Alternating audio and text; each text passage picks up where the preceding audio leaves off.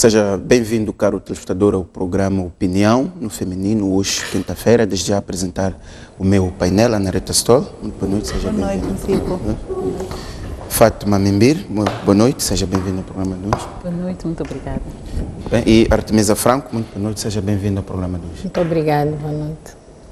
Muito bem, hoje vamos discutir os temas que marcam a agenda nacional, nomeadamente a posição da Igreja Católica relativamente à auditoria às dívidas ocultas, ou seja, a auditoria a MAM, Proíndicos e Amatum. Vamos discutir as contradições sobre a retirada das Forças de Defesa e Segurança em Gorongosa e, no fim, vamos discutir a situação econômica do país atendendo aos últimos desenvolvimentos. Fátima, hoje começo consigo. Vimos esta posição da Igreja Católica relativamente à divulgação da auditoria, ao conteúdo da auditoria. Muito do posicionamento da Igreja Católica coincide com o que várias organizações da sociedade civil e algumas personalidades defendem, no caso de se declarar esta dívida inconstitucional, ilegal e ilegítima, e, sobretudo, a necessidade de uma responsabilização dos que contraíram diretamente a dívida. Vou ler uma citação aqui deste comunicado da Igreja Católica. Não podemos permitir que ao povo moçambicano seja imputada a responsabilidade de pagar com a miséria, sangue e morte as dívidas contraídas em seu nome de forma ilegal e constitucional. Este é um comunicado que foi produzido pela Comissão Episcopal da Igreja Católica. Fátima Mimbir, qual é a sua opinião em relação ao conteúdo, mas também à posição de uma igreja relativamente a um assunto candente na nossa sociedade? Muito obrigada, Moci, por saudar os telespectadores e saudar em particular a Igreja Católica por manter este hábito, digamos assim, ou esta prática de não se alhear àquilo que são os assuntos importantes da nação. Afinal de contas, os crentes da Igreja Católica são moçambicanos e até alguns líderes da própria Igreja Católica aqui em Moçambique, alguns padres, o próprio bispo, são moçambicanos e sentem na pele aquilo que são as dificuldades que todos os outros moçambicanos sentem. Portanto, queria saudar a Igreja Católica por ser um ator muito importante neste processo, digamos, político e até de discussão social. E foi muito bem colocada a citação que fez, foi muito bem dita, porque de facto, quando a gente é preciso compreender o que é que qual é a mensagem que está a ser transmitida aqui. Quando se diz não podemos permitir que o povo moçambicano seja imputado a responsabilidade de pagar com miséria, o ponto é que nós já somos um país pobre. Ok? Entre ir buscar 2 bilhões de dólares para um negócio que na verdade é uma aldrabice, ficou claro, ir buscar 2 bilhões de dólares para construir estradas que são importantes para viabilizar projetos que o país tem. Temos um Panancua, por exemplo, que é um projeto importante para o desenvolvimento energético do país e até econômico do país, que não está a andar porque não tem dinheiro. E conseguimos facilmente buscar dinheiro para estes aspectos. Se nós usássemos esses recursos, fôssemos buscar esses recursos para coisas de facto tangíveis que nós sabemos que vão criar uma dinâmica e promover mudanças, estaríamos já a contribuir para retirar uma parte significativa dos moçambicanos que vivem na miséria e que é real.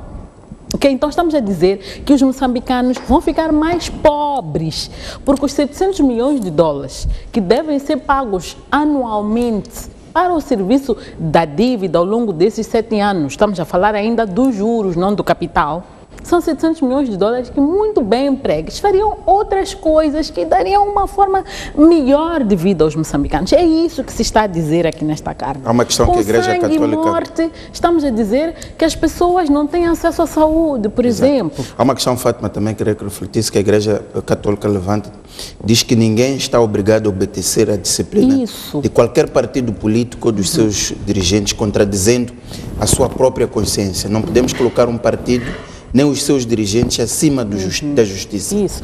Portanto, a Igreja Católica, em suma, ela vem se juntar às outras vozes da sociedade civil e é uma voz que eu penso que é uma voz de reconhecido mérito, uma voz competente para falar das questões. Sempre participou nos grandes temas que marcam a sociedade e é importante que ela apareça para reforçar aquilo que é o posicionamento dos moçambicanos, porque são milhares de moçambicanos que portanto, cultuam na Igreja Católica e que têm estas preocupações. Em relação a esta questão de que nenhum cristão deveria, nenhum moçambicano no geral deveria penhorar, digamos, a sua consciência a favor daquilo que é a disciplina partidária, concordamos plenamente. Penso que no programa, no último programa, no penúltimo programa, nós discutimos de forma muito contundente esta questão. O ponto aqui é que muitas vezes as pessoas que estão envolvidas na cena política nacional e até na própria administração pública são pessoas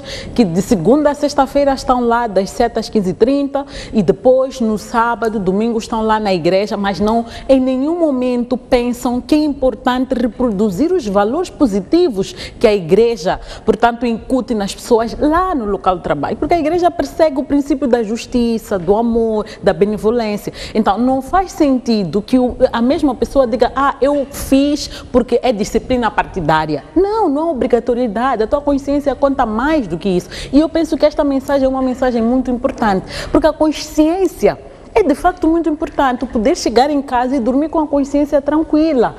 E o que acontece quando você vai pedir 2 bilhões de dólares para uma aldrabice qualquer e tens ali mulheres que estão a morrer porque não há estradas, não há hospitais, não há médicos qualificados para atender? Então, eu penso que esta é uma reflexão muito importante e faz sentido reforçar isso. Os cristãos católicos, em particular, devem se portar de acordo com aquilo que a doutrina que eles professam diz ensina, e é essa da honestidade, da justiça, do amor, da benevolência, do bem comum, portanto. Muito bem, Fátima. A Artemisa tem a mesma opinião que a Fátima, primeiro em relação ao posicionamento de uma igreja sobre a questão das dívidas. A Fátima defende que a igreja, por fazer parte do processo no país, não se pode aliar aos grandes temas da nação.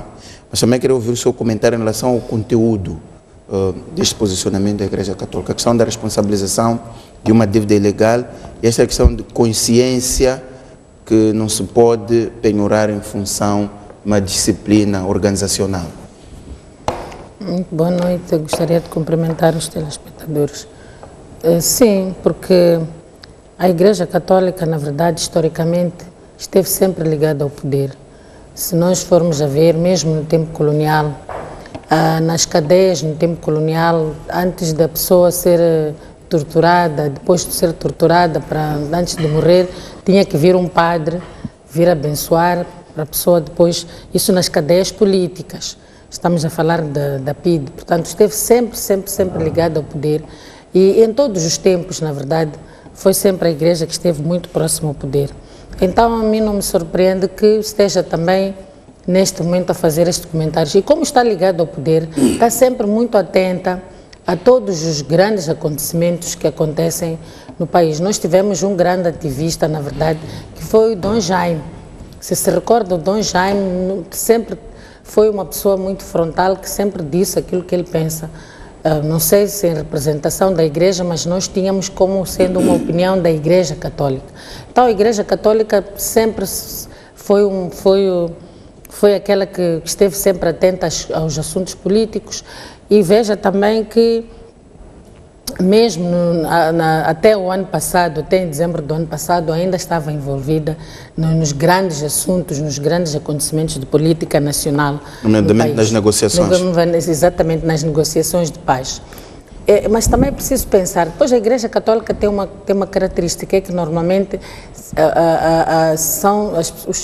a Igreja Católica, os seus padres, são pessoas muito letradas, muito sabidas, muito estudadas, porque a Igreja Católica tem aqueles grandes seminários que os padres são preparados, estudam, são pessoas que normalmente têm níveis de licenciatura e não sei. Então são pessoas muito bem informadas, não são exatamente pessoas que não leem os assuntos, não estudam os assuntos. Então é natural que eles também estejam muito alertas, muito capacitados, com muita capacidade de fazer esse tipo de análise. Mas também, como dizia a minha colega, é preciso não esquecer que a Igreja Católica faz parte de um contexto, não é um corpo isolado. Está numa sociedade, tem crentes, Os crentes falam com os padres, falam entre eles, os crentes, e as pessoas veem. E por que este assunto, não sei por que há tanta preocupação de, cada vez que a pessoa fala dessas coisas, queira nos saciar. Eu não estou a perceber. Isto é um assunto público, que tem que continuar a ser público. Enquanto não houver resposta, e as pessoas querem resposta, parece que há uma tendência de querer saciar as vozes, querer criticar isto e aquilo. Todas as pessoas são livres de falar, porque a nossa Constituição diz que nós temos liberdade de expressão, temos direitos civis e políticos que nos garantem que nós possamos ter voz. Então, não estou surpreendida que uma Igreja Católica esteja a dar essa coisa. Agora, a minha surpresa, de facto, é a maneira frontal como a Igreja Católica saiu para a rua. Honestamente, isso me surpreendeu. Como é que esperava que fosse o comunicado? Porque nos outros casos, esta a Conferência Episcopal, porque este comunicado foi feito pela Comissão Episcopal de Justiça e Paz, mas já a Conferência Episcopal, que reúne todos os bispos da Igreja Católica, e também tem posicionamentos bastante contundentes, por exemplo, em relação à descentralização, em relação às desigualdades sociais. Esses comunicados são sempre bastante acutilantes em relação aos grandes assuntos que marcam a sociedade. Eu surpreendi-me neste comunicado porque é verdade que normalmente até põem uma pessoa a falar, um porta-voz, uma pessoa, e às vezes a gente não sabe se se está a representar 100% a opinião da igreja ou se é uma opinião pessoal. Mas desta vez eles fizeram questão de distribuir o comunicado, um comunicado bem contundente, e o que estão a dizer no comunicado não é mentira.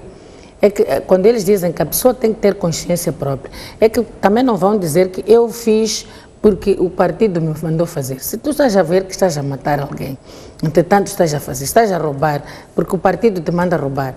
Quando estão a julgar é porque o meu partido me mandou fazer. Quem é que vai provar que o teu partido é... Então tu também tens que ter consciência própria. Então eu concordo, porque a Igreja Católica é formada de pessoas, não é formada de pessoas, e pessoas com consciência, pessoas que vivem as coisas, pessoas que vivem na sociedade, pessoas interessadas sobretudo... Que sofrem o impacto positivo ou negativo das decisões que são tomadas pelo governo. No país, porque também estão dentro desse país, estão dentro desse contexto. Aliás, muitas vezes... Muitas outras igrejas, não estou a querer criticar, muitas vezes as outras igrejas tomam posicionamentos que nós não queremos nos excluir porque nós somos clérigos, porque nós somos bispos, porque nós somos não sei o quê. Mas, entretanto, eles estão a servir almas, estão a lidar com almas, estão a lidar com pessoas que sentem, pessoas que todos os dias estão ali na igreja com problemas, com dificuldades. E muitas vezes eles nem sequer conseguem resolver. Eu não estou a dizer que a igreja deve se meter na política, não. Isto também não havemos de ver, e eu garanto que não havemos de ver em relação a nenhuma congregação, denominação religiosa em Moçambique, porque só a Igreja Católica é que pode tomar este posicionamento. Muito bem. Ana Rita Stoll, qual é a sua opinião em relação ao conteúdo do comunicado, em relação à questão de obedecer a uma disciplina de um partido contra a consciência própria, a questão da responsabilização da ilegalidade e da inconstitucionalidade da dívida? A Fátima e a Artemisa têm mais ou menos a mesma opinião em relação a estes temas. Boa noite, senhores telespectadores, boa noite, colegas. Eu pensava que no painel passado já teríamos dado algum palpite e oportuno sobre o relatório da CRO. Mas, como dizem as colegas, e particularmente a Artemisa, é normal, o assunto ainda está em debate. E eu socorri-me à Bíblia porque sou cristã convicta, embora não seja católica, mas sou metodista unida.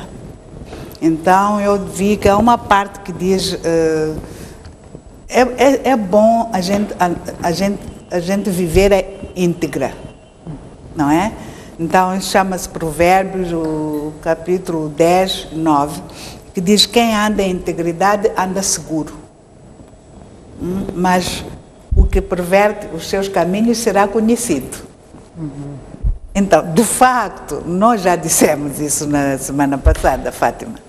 O que nos preocupa a nós deste relatório é que, por um lado, confirma-se a grande preocupação que sempre tivemos. Que fique claro o que é da dívida que é pública. O que vai amarrar os cidadãos deste país a pagar com seu suor, com seus impostos. Isso é que nos preocupa bastante. Por quê? Porque ficou claro também ali que aquela auditoria, cujo resumo foi público, estava direcionada àquelas 3 empresas. E tudo que constituía alguma penumbra também está claro para o público. Daí que há instituições apropriadas para tomar em conta deste assunto. E a carta pastoral episcopal da Igreja Católica vem confirmar aquilo que todos nós já dissemos. Nós dissemos aqui 3 mulheres, mas aquilo já vem dito por uma instituição, não é? Religiosa. Agora, nossa Constituição da República é clara, o Estado é laico. E a maneira como a governação é feita dá muita primazia a outros atores da sociedade civil. E a Igreja joga um papel muito importante nesta República. Eu acho que não há dúvida, e se alguém tiver dúvida, acho que não está a viver em Moçambique. Portanto, é a Igreja Católica, é o Conselho Cristão, que lá também está representada a Igreja Católica, são as outras igrejas. Os moçambicanos livremente adoram o Deus que acharem que é o seu Deus. Há o nosso Deus, nós os cristãos, mas há todos os outros, até há os ateus. E todos eles têm espaço. E agora o movimento é de criação de comissões eleitorais, comissões STAIs, por exemplo. Estava a ver nos mídias. Eu acho que as igrejas deviam se preocupar muito em munir os membros das comissões de eleições para ajudar a prevenir estes conflitos que normalmente há e só nos levam a outro sítio. Portanto, quando eu ouvi este comunicado, eu não fiquei surpreendida. Apenas eu disse cá por mim, se eu tivesse alguma possibilidade de dar a minha opinião, porque ao nível da Igreja Metodista até faço parte da Comissão Episcopal, mas na Católica não. Tudo indica que ainda este processo não terminou. Ok. Tudo indica. Então eu pensava, nessa altura até faz muito sentido haver um comunicado deste com tanto peso, mas pronto, tudo tem seu tempo. Tanto reconhecer que a Igreja Católica... É a sua opinião que um comunicado deste devia ter sido feito depois do fim? Eu acho que depois do debate que nós tivemos e aquilo que o público tem vindo a dizer através dos mídias, o comunicado não traz nada de diferente. Senão a conclusão de dizer, gente, do pó viemos, ao pó voltaremos, não é? Eu vim assim, sem nada, e volto sem nada. Isso é uma aprendizagem para qualquer um de nós, sabe que não vale a pena estar aqui a amealhar, a pensar que há de levar tudo ali para a morgue do Hospital Central, por acaso não leva nada. Mas é isso que vem. E quem não sabe isso, devia começar a aprender. Uma das constatações é essa. A outra é aquilo tudo que temos dito, responsabilização.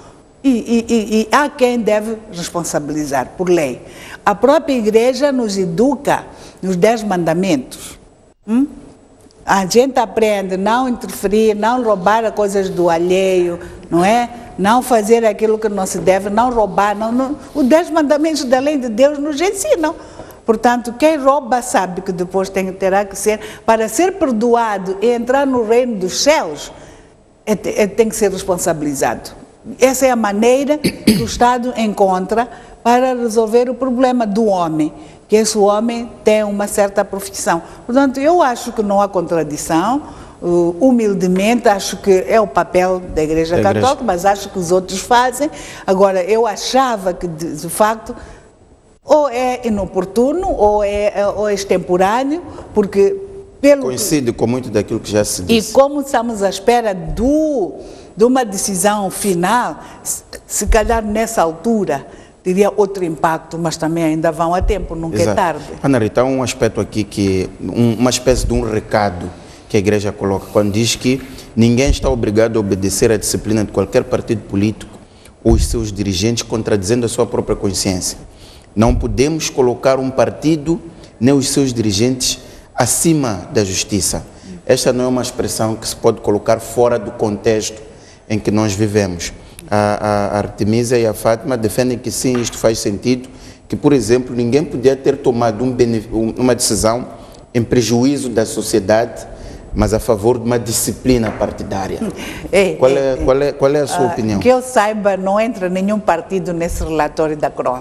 Que eu saiba. Nenhum partido assinou, seja o que for, que eu saiba. Não vi, não consigo entender. 2. Outra maneira de ver, os partidos em Moçambique são feitos de homens. E nos partidos há várias seitas, há crentes de várias seitas religiosas. Mas para aderir a um partido, segundo o estatuto do partido a que eu pertenço, tem muitos critérios que fazem com que eu entre no clube. Eu aceito ser membro da Frelimo, por isso tenho que cumprir estes e aqueles deveres. E um dos deveres é cumprir com zelo aquilo que são as normas e a visão do meu partido. E isso eu abracei voluntariamente. Então, quando se tomam decisões colegiais em reuniões próprias, quer da célula, quer do círculo, quer do comitê, é o comitê que toma a decisão. Eu, como membro, assumo a decisão do meu comitê. Isso é uma coisa. Se tenho algum assunto que tem nada a ver com a minha consciência, no momento que se toma essa decisão, eu coloco o problema ao meu partido. E no fim, o meu estatuto ensina que a decisão eu devo submeter-me à decisão da maioria. Essa é a regra de jogo. Portanto, a disciplina da organização. Se não houvesse disciplina. Se não houvesse que organização é esta? De mais de 4 milhões de membros e não tem organização. Mesmo em casa, há disciplina. Quando os nossos pais dizem, o almoço é às 13, quem chega depois das 13 não se almoça. É uma norma. Então, na Frelimo e nos outros, quero crer, deve haver disciplina. Mas cada um de nós é livre de dizer o que pensa. Eu nunca me senti coartada. Digo, naquele órgão onde eu faço parte. Digo, uma vez tomada a decisão, não, eu tenho que me submeter à decisão da maioria. Muito bem. Fátima Mimber, este último ponto que a Ana Rita levanta, não há nenhum partido que assinou documentos relativamente à questão das dívidas, mas também levanta aqui a questão da disciplina, que é um instrumento importante dentro das organizações, sobretudo partidos, que é o assunto que estamos a falar aqui. Qual é a sua opinião? Concorda ou está em desalinhamento com aquilo que disse logo no princípio? Bom, eu não concordo muito com o que a Ana Rita diz. Não foi nenhum partido diretamente que o fez, mas quando nós dizemos que o governo é governo da Frelimo e enchemos a boca para dizê-lo, então é como se a Frelimo também assumisse, de certa forma, que tudo que foi feito, a decisão que foi tomada pelo governo ou por aquelas pessoas dentro do governo, vinculam de certa forma a Frelimo. E quando nós vemos a bancada da Frelimo em sede da Assembleia da República aprovar a inclusão, portanto, das dívidas na conta geral do Estado, é uma indicação clara de que a Frelimo se revê, reconhece, portanto, este processo.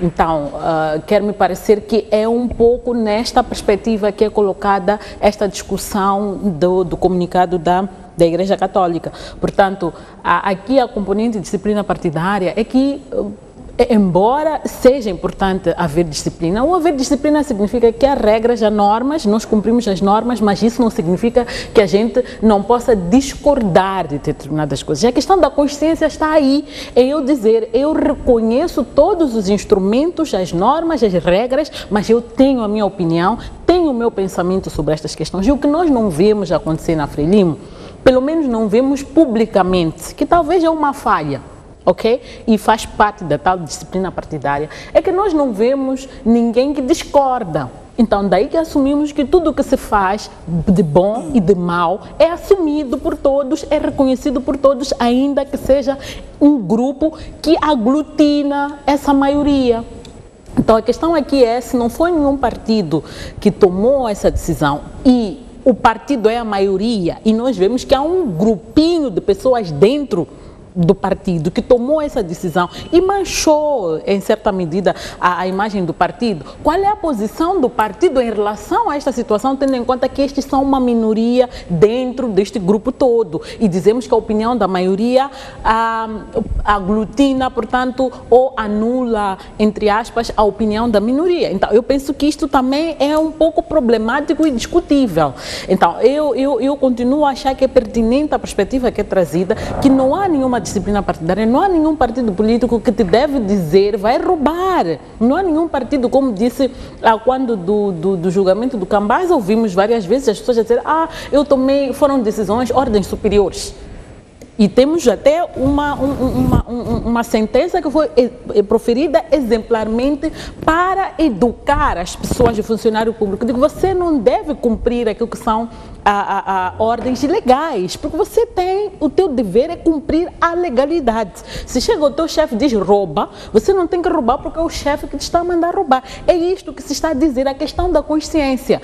E quando falamos da própria igreja, o discurso, é que é preciso perceber que o melhor serviço a Deus que se pode fazer é servir bem ao próximo, ao irmão. Então, a Igreja Católica não pode estar fora de um processo que é importante para os irmãos. Então, eu não acho também, por exemplo, que seja extemporâneo ou que é fora de hora, até porque é uma forma de pressionar. Já há algumas pessoas que estão a ser tidas como alguns que estão a pressionar para que haja a responsabilização. O princípio é haver responsabilização, mas no nosso país a regra é não haver. Daí que é importante que haja mais vozes, mais pessoas a virem e a reforçarem a ideia de que é preciso que haja responsabilização e responsabilização exemplar. Então eu acho que é uma voz que é bem-vinda, é importante, e se outras confissões religiosas, outros grupos religiosos, outros grupos da sociedade civil vierem exigirem, é pressão que se coloca às instituições que estão a trabalhar. E olha que o relatório foi entregue há um mês. Okay. E a própria PGR já estava a investigar há um ano, já tinha iniciado a instrução preparatória. Então, o que nos impede de ver algum resultado concreto sobre isto? É como se a Procuradoria ainda estivesse a estudar o processo. Não me parece que ainda é um processo de estudar. O ponto é, quando se está em instrução preparatória, há uma série de procedimentos, uma série de investigação que é feita, que depois é preciso ir buscar informação adicional para tapar os buracos que faltam. O relatório da Kroll fornece ou não fornece esses detalhes? A PGR tem que nos vir dizer isso. É o primeiro ponto de partida. Então, entendamos estes posicionamentos da Igreja Católica, os posicionamentos da sociedade civil, os nossos individualmente, das outras pessoas que falam, no sentido de dizer à Procuradoria, nós queremos saber o que vocês vão fazer daqui para frente, porque não há de ser a publicação do relatório na íntegra que nos vai dar a solução do problema. A publicação do relatório na íntegra nos vai dar uma dimensão de transparência sobre o processo, compreender mais o processo, entender como é que tudo isso foi feito, tudo mais, mas a questão da responsabilização não está dependente da publicação na íntegra ou não, está dependente da ação da Procuradoria em decorrência daquilo que foram, portanto, os resultados que a investigação prévia que foi feita no âmbito da instrução preparatória e do relatório da Kroll vão trazer. Artemisa, qual é a sua opinião, especialmente aos aspectos que a Ana Rita tomou, a questão da disciplina, que é um instrumento incontornável em qualquer organização, e a questão de que, no seu entender, não é o timing certo para uma posição como esta da Igreja Católica? Bom, eu não sei qual era o timing, porque este assunto, por acaso até nós temos o privilégio de este assunto ter sido primeiro debatido neste painel. Fomos as primeiras, a Ana Rita se lembra disso. Então, não estou a ver extemporaneidade, na verdade, porque extemporaneidade seria se o assunto já tivesse consumado. O assunto não está consumado, é um assunto que está a queimar as almas dos moçambicanos. Os moçambicanos querem saber qual é o conteúdo. E sabe que quando há um problema e se cria mistério, há muito mais curiosidade. E eu acho que é uma coisa que parece que as nossas lideranças nunca aprendem. Quando há um problema é preciso trazer soluções e abordar o problema e evitar fofoca, porque agora já Eu já recebi, não sei o que, segundos e terceiros relatórios da CROL, já duplicações, porque as pessoas já estão a especular. Quando há um problema, mesmo numa casa, num lar, se um casal tem um problema, se desavença, se eles não falam do problema logo, o problema se alastra, depois chega uma altura que já não se falam, cada um, quando vão ao quarto, vira-se para um... Então, o problema tem que ser abordado logo que ele acontece e ser esclarecido. O que é que devia ter acontecido, na minha ótica? O relatório saiu, para já estávamos todos à espera do relatório. Achamos que até foi extemporânea a maneira como saiu tardiamente. Até porque houve 13 atrasos. Sim, exatamente. Nós estávamos a perceber para uma organização tão grande como a CROL, que atua em vários países e é internacional. Mas depois, pelo conteúdo do relatório, percebeu-se algumas razões do atraso, porque, sim, nomeadamente as dificuldades de acesso à informação. E era esperado que houvesse essas dificuldades de acesso à informação, porque, primeiro, os atores já não estão no poder. Estão vivos, mas não estão no poder. Então, para ir buscá-los, não sei o que, então, isso para mim nem foi a grande surpresa. Mas a grande surpresa é este mistério que está-se a criar. Este embrólio que está-se a criar, é qualquer pessoa ter o direito de especular, é dizer por que não saiu o relatório, bem ou mal, digam o que... Na verdade, para mim, acho que o interesse nem é publicar o relatório, porque o relatório, aquelas não sei quantas páginas, quem vai ler? São as consequências do relatório. São exatamente os resultados do relatório, porque as recomendações, as conclusões do relatório. É isto que nos interessa. O que é que aconteceu? Digam. Porque estamos já a criar muita especulação. A Procuradoria da República, para mim, para se dignificar, tem que aprender a fazer isso. Andam a criar muito mistério, andam a criar muito esconde-esconde. E as pessoas estão a dizer, se calhar eles também roubaram. Sei lá. Então é preciso sair sempre. Então, a Igreja Católica não está extemporânea, na minha opinião. A questão da disciplina partidária. A disciplina como partidária. Essencial. Aí eu concordo com ela, cada partido tem a sua disciplina. Porque se vocês concordam, porque o partido o que é, afinal? É um grupo de pessoas que se submete a um conjunto de regras. A um conjunto de leis. Tem regras, tem estatutos, tem não sei o quê. Então, se tu queres fazer parte daquele grupo de pessoas, tens que obedecer aquela linha, aquele coisa. Agora, a questão aqui já é uma questão ética também. A gente está a dizer que se o partido te disser vai roubar, você vai roubar, depois vai dizer que o partido mandou roubar. Se disser vai matar, você vai matar para dizer que o partido mandou. Isso já não. Agora, a disciplina partidária tem que ter, também depende da consciência de cada um. O que é que na sua consciência ele acha que é correto fazer, o que é que não é correto fazer. Então, não venham aqui andar a roubar, a fazer, para dizer que estão a cumprir disciplina partidária, porque para mim isso não pode colar. Disciplina partidária, sim senhora, que disciplina partidária significa que as pessoas estão dentro de um princípio, têm estatutos, têm um mandato, têm toda uma série de coisas. E se a pessoa entra naquela linha, então tem que obedecer. Mas agora, é preciso que também haja consciência própria. A pessoa tem que saber dizer que tem que ter uma linha, dizer que, olha, até isto, se o meu partido me manda roubar, eu tenho que pensar. Se eu um dia for descoberto, o meu partido não vai dizer que é que me mandou roubar. Então, o que é que eu faço? Eu não vou roubar. Se me manda matar, eu vou matar hoje, mas amanhã, quando eu for julgado, o meu partido já não vai aceitar que ele é que me mandou matar. Então, você tem que já ver o que é que tu fazes, o que é que tu dentro dessa disciplina partidária. Ana Rita, estão em consonância ou acha que há pontos ainda aqui que pretende rebater? Há pontos, porque acho que talvez não tenha sido bem explícita. Ao falar de ser extemporâneo, não estou a pretender de modo algum minimizar a Carta Pastoral. Eu acho que já dissemos, é uma entidade muito respeitada e tem opinião a dar, e sempre teve neste país.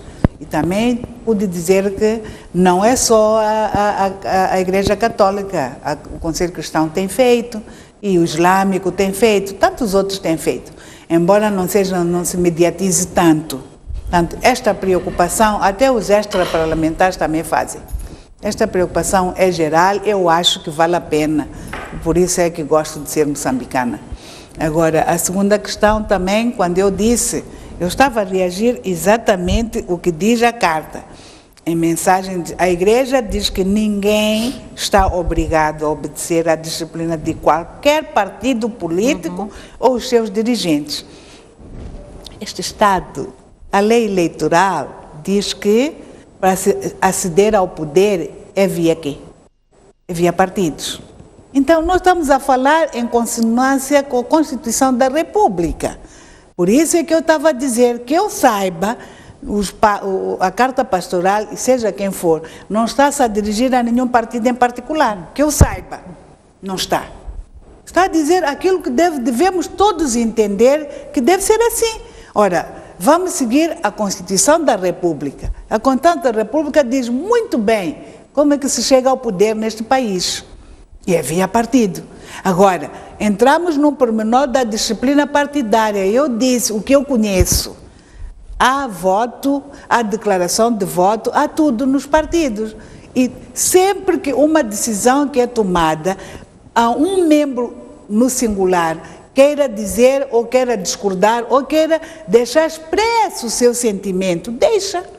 Mas a forma como se tomam decisões também é estatutária. E diz, é por voto, a maioria mais um, de acordo com os assuntos. Ou é 2/3, ou... Então, quando se toma aquela decisão, eu sou obrigada a seguir. E isso é que é disciplina.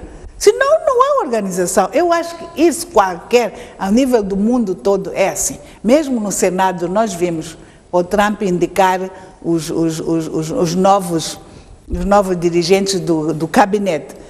Debateu-se, chegou-se ao momento, os democratas não concordavam com A e B, mas o que é que ficou? Ficou o voto da maioria. Isso é que é a disciplina que eu estava a dizer. Portanto, quero deixar claro que eu não estou a pôr em causa, longe de mim, e disse muito bem que também sou cristã e acho que alguém tem que ajudar o Estado. E o Estado moçambicano aceita o papel das igrejas, qualquer que seja ela. Pode tomar decisão e acho que toma-se em consideração aquilo que são as opiniões. Nesse sentido, concordo com as colegas. Apenas quis dizer que este assunto do relatório está sobejamente discutido em qualquer canto deste país, nos mercados, e agora o que preocupa o povo já não é aquilo que vê no relatório, é aquilo que ela sempre chama de responsabilização. E para a responsabilização, tem um órgão competente que está a tratar. Então, daí que eu dizia, se calhar era melhor esperar para vermos se esse assunto vai ao acordo das expectativas que o relatório, que o assunto da dívida já criou no nosso país. Que aí é onde nós todos devemos nos preocupar, cada um da sua maneira. Mas no final, eu não vejo muita contradição com o que foi dito pelas colegas. Muito bem, Ana Rita Stoll. Vamos agora observar um breve intervalo. Estamos dentro de instantes para discutirmos as contradições sobre a retirada das Forças de Defesa e Segurança em Gorongosa e também para discutir a situação econômica do país. Até já.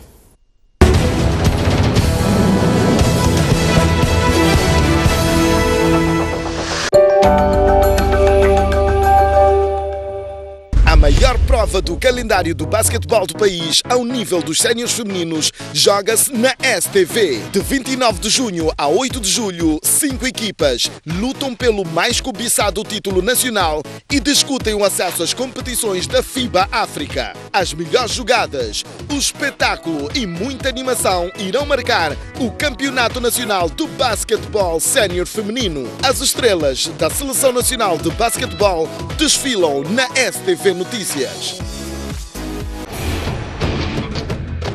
Da queda de Dilma Rousseff na presidência do Brasil, à tomada de posse de Donald Trump e o efeito global, até a crise no Médio Oriente, o Brexit e o estremecer da Europa, a política, a sociedade e a economia africana.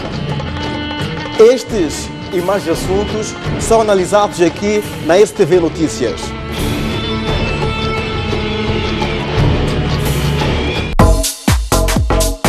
A Liga Desportiva de Maputo procura refazer-se dos maus resultados. Este fim de semana recebe no seu campo o 1º de maio de Quelimane em jogo da 20ª jornada do Moçambola. Aquil Marcelino traz novos ares aos verde e branco. Os trabalhadores de Quelimane lutam pela fuga da zona de despromoção.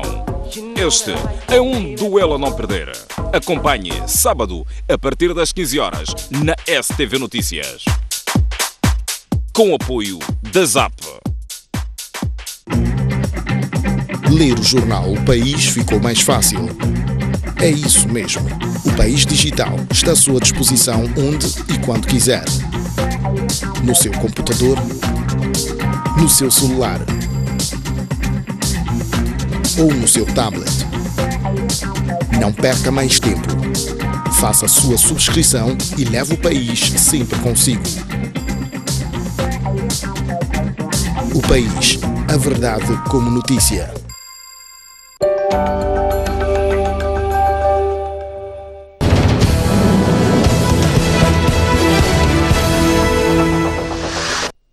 Muito bem, segunda parte do programa Opinião no Feminino, desta feita para discutir as contradições sobre a retirada das Forças de Defesa e Segurança em Gorongosa. No dia 25 de junho, o Presidente da República anunciou que todas as forças posicionadas em Gorongosa, ou as forças que cercavam ou cercam o presidente ou da Renamo, seriam desmobilizadas. Isso como parte de um acordo com a Câmara no sentido de fazer avançar o diálogo político. O que vimos logo a seguir é que o líder da Renamo veio dizer que isso não está a acontecer. Depois tivemos o ministro da Defesa a dizer que está a acontecer e mais recentemente o porta-voz da Renamo disse que as tropas governamentais mantêm-se lá. O Ministério da Defesa levou jornalistas ao local para provar que de fato estas posições não estão lá. Artemisa Franco acompanhou todo este disse que não disse. Qual é a sua opinião, mas acima de tudo, o que isto pode significar em termos do estágio do diálogo político entre as duas partes? Primeiro porque eu acho que há uma certa desobediência em relação à voz do comando, do comandante em chefe do país, que é o Presidente da República, o Presidente Nyusi. E depois, eu penso que não era necessário, na verdade, esta atitude, por exemplo, do Ministro da Defesa vir dizer que vamos, se os jornalistas quiserem provar. Quer dizer, penso que eu não estou a perceber. O que eu estou a entender é que há uma atitude de desobediência e depois também uma atitude também de desonestidade, porque estamos num processo muito sério neste país. Nesta altura é uma altura muito crucial da vida de todos os moçambicanos. Nós estamos a enjoyar a paz, estamos em paz, estamos a gostar de estar em paz. Depois de tanto sofrimento, todo moçambicano gosta e aprecia esta paz. E, sobretudo, apreciamos a atitude do Presidente Nyusi ter tomado a iniciativa. Eu acho que o problema está todo aí. É que o Presidente Nyusi tomou a atitude e eu percebi que era uma atitude unilateral, que muitas pessoas à volta dele não ficaram satisfeitas com essa atitude e então estão a querer criar, a querer pôr casquinhas de banana para ele escorregar, para depois ficar desacreditado. Eu acho que isso é desonesto. É desonesto sobretudo porque eles estão a querer servir interesses pessoais. Não é justo, não é correto que neste momento queiram começar já a discutir se tiram posição. Tirem as posições. Portanto, acha no seu entender que ao nível da liderança mais alta do governo existe esta vontade de resolver os problemas? Existe a vontade, existe a vontade. Mas há forças dentro da organização e são essas as forças executoras. Porque o Presidente, se ele dá ordens, não é ele que há de ir ao terreno retirar as tropas.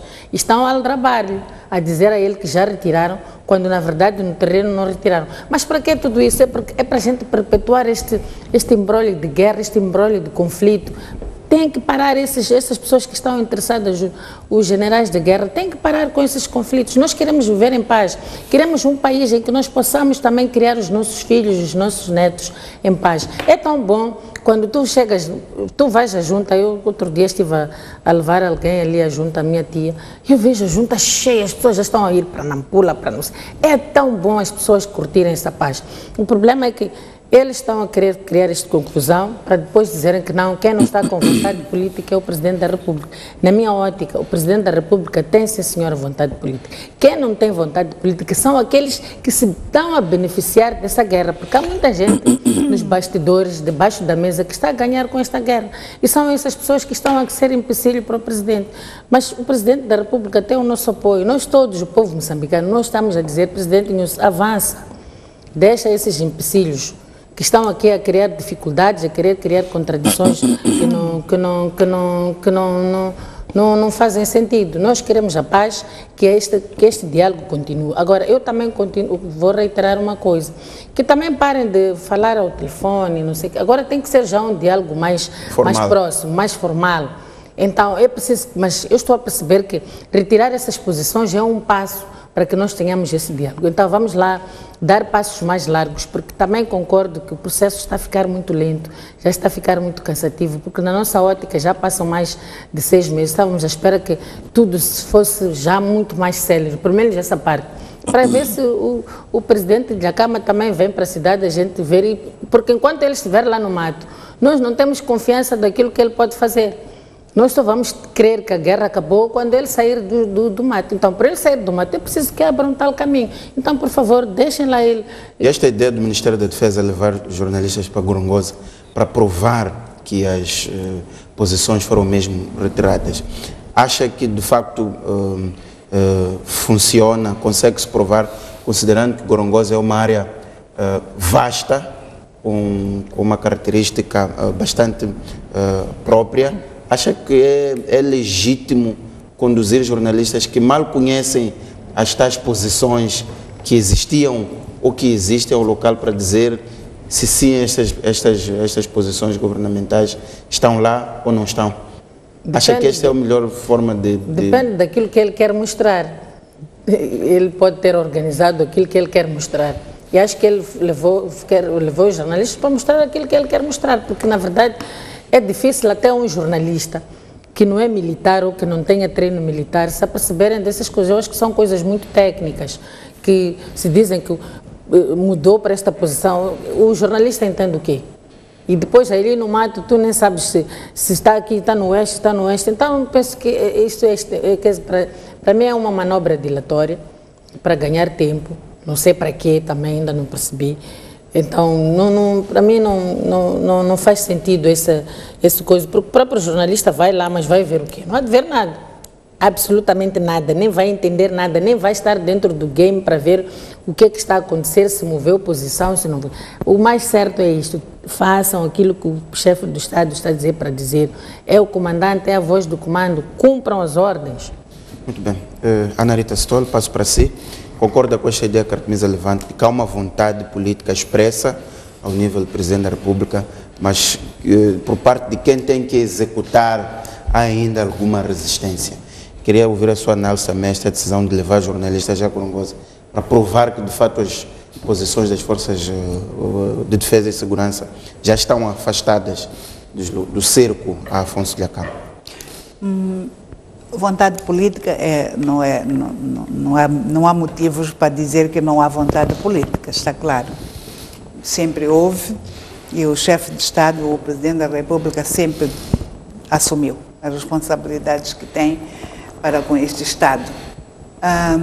O dito por não dito, que eu saiba, há uma comissão para esses assuntos, que é uma comissão paritária, não é? Tem as duas partes integrantes deste processo todo. Que sejam eles a falar e a dizer que, a acusar um ao outro, eu ficaria mais preocupada. Enquanto não acontecer isso, olha, eu prefiro a minha prudência que eu sempre tive. Não há alaridos nenhuns. O Presidente da República fala em comícios, o que é que está a acontecer, que é para deixar as pessoas à vontade. Se ele próprio assume o que está a fazer, quem é mais que tem dúvida? E por que havia de não apoiar que o processo de paz? Já disse que ele é pela paz até as últimas consequências. As últimas consequências são as constitucionais. Portanto, eu não queria entrar aqui no disse, não disse, disse, não disse. Primeiro. O segundo, jornalistas, vocês é que sabem. Quando o Dhlakama chama-vos para Santo Gira, vocês vão. Portanto, vocês é que sabem, vocês é que devem pensar se devem ir ou não devem. Eu não quero entrar nesse problema. Acho muito bem, o ministro falou daquilo que lhe diz respeito, mas é ministro da Defesa Nacional, tem a sua responsabilidade para com a soberania do Estado. Portanto, não ia achar correto ou incorreto. O que eu quero, estou à vontade, é que há comissões para descentralização e a comissão para estes assuntos também. E estes assuntos é paridade. Que falem eles, que alertem que as coisas não estão a funcionar, esse é outro problema. Mas, pelo que eu sei e acompanho, ainda não vi. Estão no campo. O Presidente da República disse que eles estão lá. Eles vão lá, no número par. Cada um lida com os seus. Não é? Então, eu estou à vontade. Ainda não vejo problemas sobre isso e não quero que esteja em perigo nada. O líder da RENAM tem feito o trabalho político que lhe deve, como líder. Ainda hoje ouviu falar no âmbito das mulheres da Liga Feminina ou qualquer coisa. RENAM, escutei noticiário sobre isso. Não acho que o senhor está a fazer aquilo que deve fazer, que é aquilo que eu dizia antes. Por que ele não sai e faz política e diz que existe do que deixar expectativas? O chefe de Estado não parou as suas agendas, está a tomá-las, está a cumprir aquilo que diz respeito à implementação do programa quinquenal do governo. Todos nós, tanto a toda a sociedade civil, como agentes da administração pública, só temos que facilitar este processo. Portanto, eu vou fazer a minha parte, apelar que, de facto, deixemos de andar aí a agitar o público para cingirmos naquilo que nos diz respeito a uma paz efetiva. Muito bem. Fátima Mbir, partilha da tranquilidade da Ana Rita ou tem as dúvidas da Artemisa Franco? Eu não estou tranquila não em relação a esta questão. Primeiro porque inicialmente já tínhamos, embora saudemos os avanços já alcançados no diálogo entre o Presidente e o líder da RENAM, esse diálogo direto, temos preocupações pelo fato dela ser mais ou menos informal, ok? E me parece que aqui é um problema mesmo de informalidade.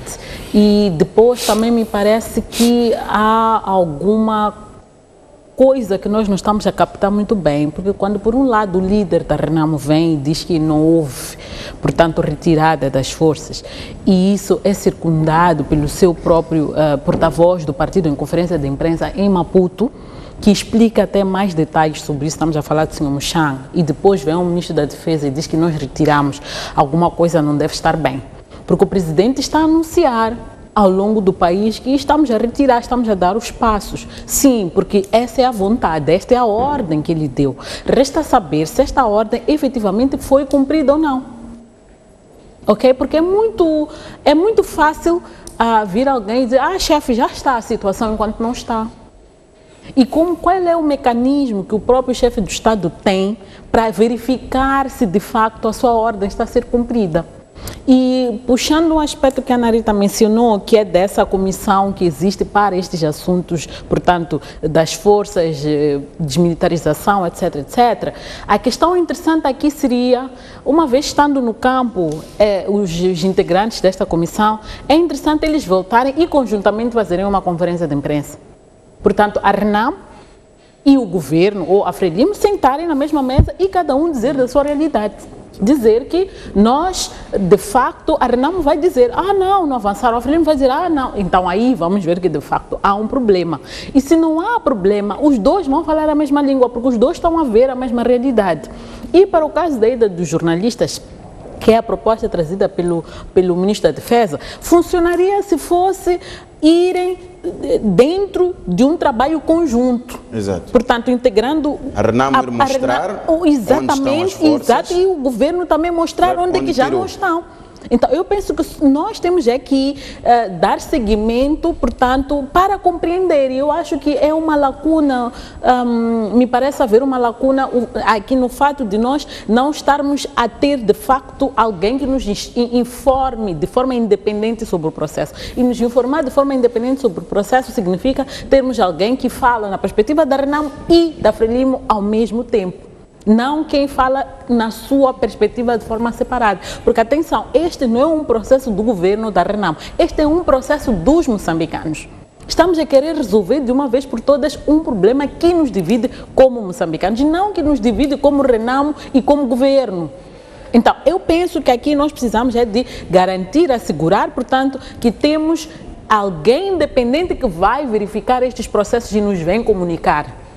E se de facto se comprova que não houve que a ordem do presidente não está a ser cumprida, o presidente tem que vir e publicamente responsabilizar as pessoas que estão a inviabilizar. Portanto, aqui este disse que disse é solúvel. Não vamos estender, eu acho que o próprio presidente tem que imediatamente tomar uma decisão no sentido de garantir que a tal comissão, que é paritária, como foi dito aqui, vai fazer o trabalho e volta. E a Frelimo reconhece, o governo reconhece e a Renamo também reconhece que o que está a ser dito pelos membros destas comissões corresponde à realidade. Eu penso que esta é a única forma de sair disto. E eu não quero ser pessimista, mas estes pronunciamentos começam a soar um pouco a ruído no processo negocial. Isto não é bom. Isto não é bom porque pode nos lembrar um pouco do passado e nos fazer retroceder. Então, o quanto antes pudermos clarificar a situação e de forma independente é importante. Então, eu desafio aqui o Presidente da República a tomar medidas no sentido de assegurar que, de facto, há um trabalho independente de verificação. E ele tem que reconhecer que pode ser que a sua ordem não está a ser cumprida. Assim como também temos que pensar que a Renamo deve estar talvez insatisfeita com alguma coisa e está a vir com este discurso. Portanto, é bom clarificar para não criarmos ânimos que depois nos vão fazer voltar atrás. Já é um avanço muito grande estarmos nessa situação de paz. Muito bem, vamos passar para o último tema e vou mesmo à Ana Rita. Numa altura em que temos o governo a vir dizer que Moçambique está de volta, o Banco de Moçambique a vir dizer que a crise do ponto de vista do sistema está resolvido. O Standard Bank esta semana lançou alguns alertas que levamos aqui para a reflexão. O Standard Bank diz que se os projetos do gás atrasarem, a crise que vivemos hoje pode se prolongar.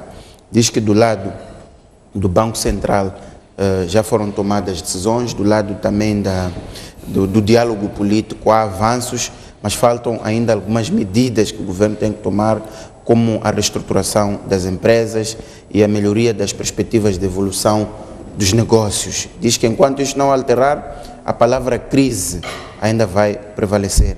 O Standard Bank fala de empresas que fecharam e não voltarão mais a abrir pelo próprio funcionamento da nossa economia.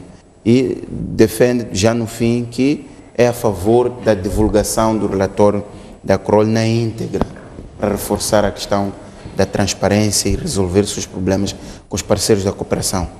Ana Rita concorda que há sinais positivos, mas que há ainda riscos em relação às perspectivas de crescimento futuro. Obrigada.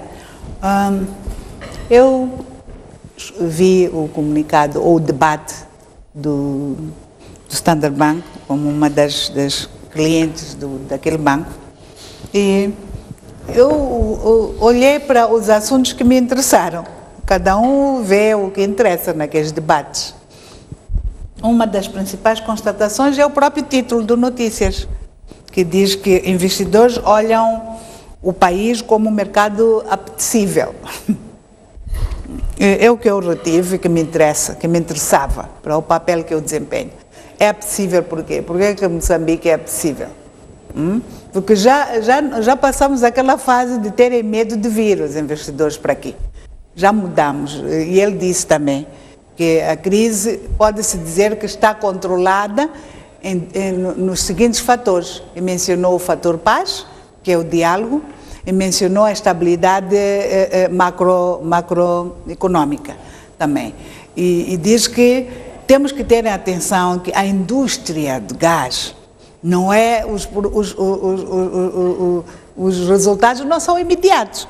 Não inventou nada aquele consultor, não inventou literalmente nada. Eu sou química de formação, eu comungo com aquilo que disse.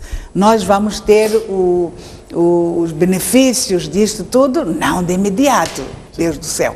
Mas isso Então, significa um risco em relação àquilo que se pensa em termos de haveria risco se no seu comum os que tratam da política monetária, o governo ensina a sua responsabilidade de olhar o país de forma macro e depois olhar para os aspectos específicos, que é o dia a dia, que é o plano econômico, social e orçamento do Estado anual. Haveria perigo se não houvesse essa indicação. Ora, já apareceu o governador do banco a dizer o que disse, por um lado. Agora aparecem alguns investidores que reaparecem, que já tinham parado, a assinar importantes contratos no âmbito de Rovuma, não é? Da bacia de Rovuma e tantos outros aspectos ligados à indústria de gás, petróleo e energia, neste caso.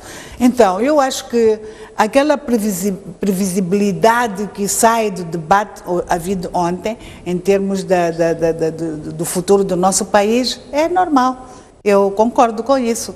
Portanto, dizíamos que as crises nunca vêm para ficar e esta crise está a sair do momento crítico, mas ainda há muitos desafios que o país tem e eu acho que devemos todos moçambicanos estar atentos a isso, porque o empresário moçambicano tem que ser parte integrante deste processo, não pode ser um outsider, como eu tenho dito. Fátima, como é que vê os alertas apontados aqui pelo Standard Bank em relação à economia?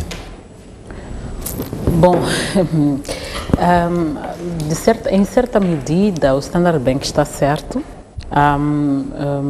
É óbvio que os ganhos para a economia, há ganhos imediatos para a economia que podem ocorrer se os projetos do gás avançarem imediatamente. Por exemplo, nós estamos a falar de um projeto que vai,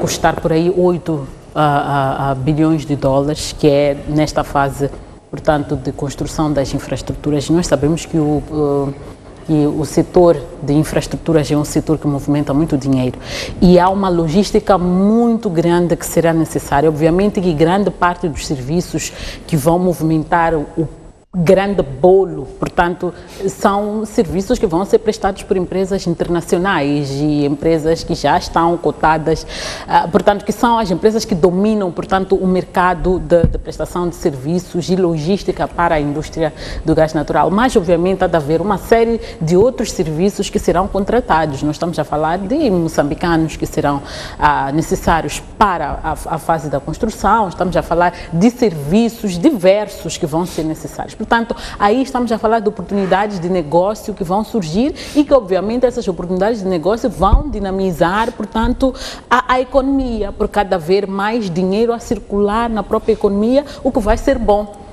Contudo, há uma parte importante que é preciso olhar, é que este negócio não vai acontecer isoladamente. É preciso que aquele setor privado que nós vimos abrandar o ritmo de investimento e até fechar as portas, em certa medida, por causa da crise, poder reerguer-se para pegar esta oportunidade.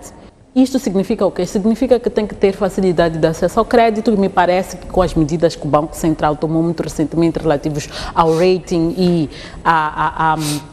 ao spread, aliás, e em relação à taxa de juros, me parece que boicota literalmente este propósito de facilitar o acesso ao crédito de modo a que se possa investir. E isso destoa com o discurso de que estamos de volta, de que a crise passou. Como é que uma crise pode passar se as pessoas estão a ter dificuldades de ter acesso ao dinheiro por causa de medidas que estão a ser tomadas? Portanto, aqui há uma conjugação de fatores que tem que ser feita para efetivamente para evitar que estes riscos de facto se materializem. Portanto, os atrasos no início das operações provavelmente dependerá, o que eu percebo é que o Standard Bank pode estar também, de certa forma, a pressionar o governo a ser mais célere para a conclusão de alguns aspectos negociais que ainda estão pendentes. Por exemplo, provavelmente uma das questões que esteja na mesa ainda em discussão para o avanço efetivo do projeto é a garantia de que, estamos a falar no caso do projeto onshore, portanto, em terra, é a garantia do direito de uso e aproveitamento da terra, que neste momento está em posse da ENH. E o credor, qualquer financiador do projeto, quer ter esta garantia de que você tem direito de usar essa terra e outras tantas garantias, como por exemplo, de que o teu contrato não vai ser revogado a qualquer momento e de forma arbitrária, até que tu consigas cumprir com aquilo que são, portanto, as tuas obrigações contratuais. Portanto, quer-me parecer que, de certa forma, aqui, o Standard Bank está a chamar a atenção ao governo que é preciso acelerar, portanto, o passo nas negociações para que não haja atrasos no início do projeto. Porque se o projeto não começa, a construção da infraestrutura no mar não começa agora, até final deste ano, significa que terá um atraso mais ou menos de 6 meses, um ano, o que significa que em 2022 não será possível que as operações ou a primeira embarcação, portanto, de exportação, largue. Então, eu penso que é este alerta que está a ser chamado, mas é preciso também olhar para uma componente importante, que é, se calhar, aqui onde o Standard Bank acaba chamando a atenção para a necessidade de publicar o relatório. É que não é só do projeto de gás que a economia depende. Claro. A economia depende de outros negócios. Por exemplo, nós vimos que o abrandamento da economia deveu-se, em certa medida, ao abrandamento, portanto, do procurement público. O Estado deixou de procurar serviços. Portanto, o setor privado, que está ancorado ao Estado, deixou de ter cliente e fechou as portas. Então, com isto, quer dizer que também depende da retoma, portanto, do financiamento ao governo, ou o melhoramento da capacidade do Estado de arrecadar mais receitas para sustentar o seu orçamento do Estado, de modo a que possa implementar os seus projetos e continuar a contratar como fazia normalmente. Portanto, aqui estamos ainda num ciclo de não muita garantia, que não é necessariamente o gás natural que nos vai tirar desta situação, só o gás associado, portanto, a outros processos. Muito bem. Artemisa, mesmo para fechar, qual é a sua opinião em relação aos pontos levantados pelo Standard Bank? Bom, o Standard Bank disse uma coisa interessante que eu prestei atenção. Eles dizem que é difícil dizer que a crise acabou, porque, como banco, eles se apercebem mais facilmente que há muitas empresas que fecharam, que ainda não voltaram a reabrir. Eles perderam muitos clientes. Então, eles estão a falar de coisas concretas. E eu acho que isso também são pronunciamentos políticos, porque quando a gente diz uma crise acabou, uma crise tem que acabar e significar alguma coisa na vida dos seus cidadãos. Acabar a crise em Moçambique significa o quê na vida concreta dos moçambicanos, na minha vida, na vida de todos nós? Então é isso. Quando tu não consegues responder a esta pergunta, então não podes vir dizer que a crise acabou. E depois também estes grandes contratos que estão a ser assinados, nós não vamos esperar. Aliás, é uma coisa que já falamos nos outros debates, não é uma coisa que vai surtir os seus efeitos agora. E um país também não pode estar a virar todas as suas antenas para esses grandes contratos. A crise não depende apenas destes grandes contratos. A crise depende de muitos outros fatores. Uma das coisas que podíamos fazer, em vez de estarmos aqui a falar de crise, é incrementar a agricultura. Porque é aí onde está. Quando um país ainda importa cebola, ainda importa tomate, honestamente, estamos aonde? Então eu penso que enquanto a mudança não representar na minha cesta básica, não se pode dizer que a crise acabou. Nós continuamos a ter as mesmas vicissitudes, a cesta básica continua bastante elevada. Então, a crise acabou para quem? Esta é a pergunta que eu faço. E terminamos mesmo com essa pergunta, Artemisa Franco. Desde já agradecer a presença de todas vocês, a Ana Rita Stoll, Fátima Membir e Artemisa Franco, e a Carlos, telespectador que nos acompanhou. Até a próxima quinta-feira.